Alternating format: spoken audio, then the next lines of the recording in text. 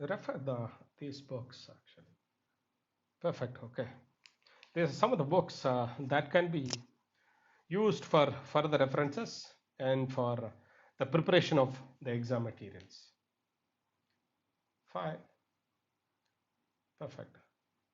So, welcome back to the next part of this series of lecture. Uh, in the previous class that we have discussed the basic concepts and terminologies that are going to use in this oscillation lesson. We have recaptured a couple of very important terms like frequency, time period, amplitude, etc. Just to recap what you learned in the last class, please refer your class notes, and that we discussed the definition of time period, that it is the time taken to complete one full oscillation is called the time period. On the other hand, in the inverse of time period is for frequency, that it is the number of oscillation produced in 1 second is called the frequency. And of course, we have discussed the wavelength. Wavelength is the distance between the any two successive crests or any two successive trough is called the wavelength. And we have discussed the amplitude and angular frequency also. Now, in today's class, we are going to discuss the simple harmonic motion, and we'll discuss the following topics in this class. They are simple harmonic motion, in which how the spring mass concept is being used in deriving the expression for the equation of motions of simple harmonic motion. We are going to discuss the Hooke's law. What is Hooke's law? How it is being used in the demonstration, or how Hooke's law is being used in the calculation of the force constant in the spring. That will be discussed here. Perfect. We'll discuss the simple harmonic motion, which produces uniform circular motion actually.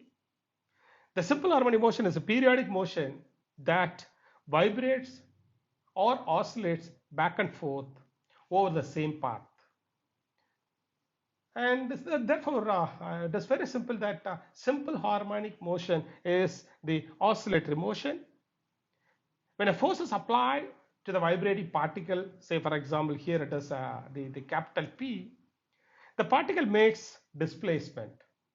Say, observe the movement of the baby cradle or the totil. The baby cradle, which is fixed at a certain height, and make it to oscillate. Simple harmonic motion is defined as that the displacement of the vibrating particle is directly proportional to the acceleration when the particle comes to the equilibrium position at regular intervals of time. That is, simple harmonic motion is the repetitive back and forth motion in an equilibrium position. That is the definition of simple harmonic motion. Now, you look at the particle, or look at the position of the vibrating particle, and the particle is located somewhere at the point P here in the circle. When you apply a slide for a small force, the particle will start moving from the origin 0 and makes an amplitude or displacement. Okay. Let us say there is a. At the P, the x component produces a displacement, let us say the y. Now produces a displacement in the y. Therefore, now the point point P and point B are equal.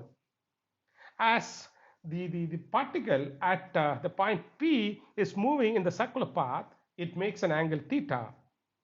When P makes an angle 90 degree, it goes to, say for example, the particle P goes from, let us say, 0 degree to 90 degree, and again 0 degree, it is this position of the particle. Again it goes from the particle goes from this place to this place, let us say 90 degree angle. Again it goes to, let us say, the 180 degree. Again the particle goes to 270. and it comes back to the 360. Now this is one full oscillation. That means the wave produces one full oscillation. Just look at this animation. Therefore, this is wave, on the wave is a spring-like structure. Just look at the spring. Spring, when a weight is suspended on a spring, the spring comes down, goes up, comes down. So spring action is like the wave. Okay, fine. Now look at the diagram again. That at a particle at A is, let us say, just consider a particle P at a particular distance T. Excuse me, a particular time T. At the x coordinates, the point P and B are equal. And again, at the x component of the velocity, again, the x-axis component of the velocity, both P and B are equal. Similarly, the x component of acceleration of the point B and the acceleration of the point B are equal. Therefore, the displacement of the projection along the y-axis is, just look at the diagram, y-axis is y is equal to OP, and its angular velocity is, of course, as you all know, that angular velocity omega is equal to theta by t, or theta is equal to omega t. Fine. So therefore, spring